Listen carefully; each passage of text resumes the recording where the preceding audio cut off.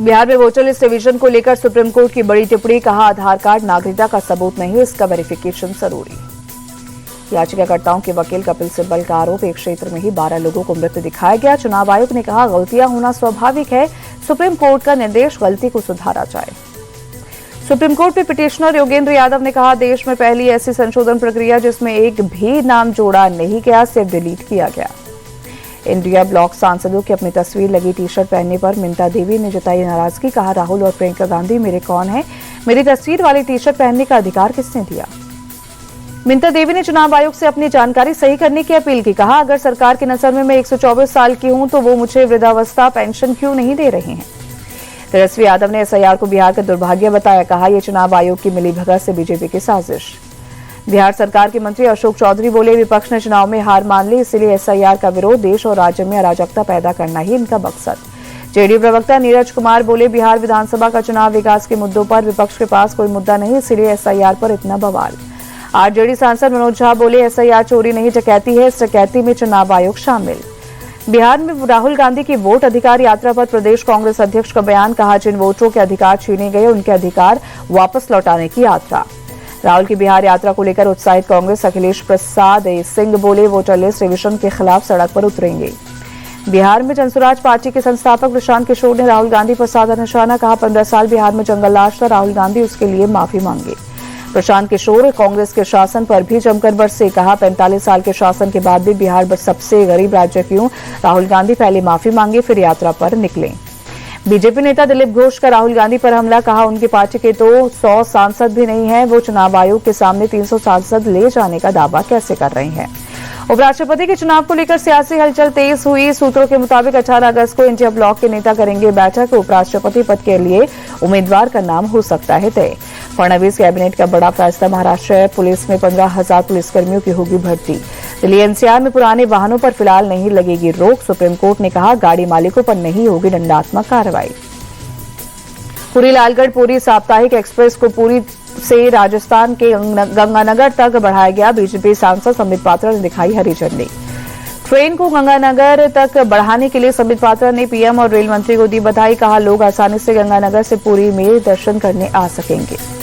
स्वतंत्रता दिवस से पहले जैसलमेर में पकड़ा गया पाकिस्तानी जासूस डीआरडीओ गेस्ट हाउस में था, मैनेजर वैज्ञानिकों और सेना की जानकारी पाक हैंडलर्स को भेज रहा था। दिल्ली के लाल किले पर स्वतंत्रता दिवस समारोह की फाइनल तैयारी, सुबह सुबह हुआ फुल ड्रेस रिहर्सल। स्वतंत्रता दिवस को लेकर दिल्ली में चौकसी बढ़ी, यमुना नदी में बोट पर तैनात दिखे जवान। यूपी के मुरादाबाद में हर घर तिरंगा अभियान के तहत निकाली गई बाइक रैली, बाइकों पर तिरंगा लेकर निकले पुलिसकर्मी। यूपी के लखनऊ में तिरंगा यात्रा में पहुंचे सीएम योगी, डिप्टी सीएम ब्रजेश पाठक, केशव प्रसाद मौर्य और स्कूल के बच्चों के साथ ली सेल्फी। दिल्ली कॉन्स्टिट्यूशन क्लब चुनाव में राजीव प्रताप रूडी ने लहराया जीत का परचम, रूडी ने अपनी ही पार्टी के सचिव बालियान को 100 वोटों से दी शिकस्त। कॉन्स्टिट्यूशन क्लब का चुनाव जीतने पर बीजेपी सांसद राजीव प्रताप रूडी बोले ये मेरे पैनल की जीत है, मेरे पैनल में कांग्रेस, एसटी, टीएमसी और निर्दलीय सांसद थे। बीएमसी चुनाव को लेकर केंद्रीय मंत्री रामदास अठावले ने अपनी पार्टी के लिए 20 सीटें मिलने की जताई इच्छा, कहा आरपीआई काफी समय से बीजेपी के साथ महायुति में है। राजस्थान के दौसा में कंटेनर और पिकअप में जबरदस्त टक्कर, हादसे में यूपी के 10 लोगों की मौत, खाटूश्याम से लौटते समय हुआ हादसा। दौसा मनोहरपुर नेशनल हाईवे पर सुबह 4 बजे के करीब हुआ हादसा, मरने वालों में 7 बच्चे और 3 महिलाएं, 22 घायलों में से 9 की हालत गंभीर। यूपी के बलरामपुर में दिव्यांग लड़की के साथ रेप मामले में पुलिस का एक्शन, रेप के 2 आरोपियों को पुलिस ने एनकाउंटर के बाद किया अरेस्ट। आरोपियों की पहचान अंकुर वर्मा और हर्षित पांडे के रूप में, शुरुआती पूछताछ में आरोपियों ने अपना गुनाह कबूला। एसपी आवास के पास लगे सीसीटीवी में कैद हुई थी तस्वीर, लड़की के भागने की तस्वीरें भी हुई थी कैद। यूपी के जौनपुर में बस और ट्रक के बीच जबरदस्त टक्कर, हादसे में 1 बच्चे और 2 महिला सहित 5 यात्रियों की मौत, 10 से ज्यादा लोग हुए घायल।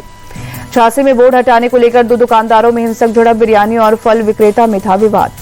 दिल्ली के रोहनी में कार और बाइक की टक्कर, हादसे में 6 लोग घायल, मौके पर पहुंची पुलिस की टीम जांच में जुटी।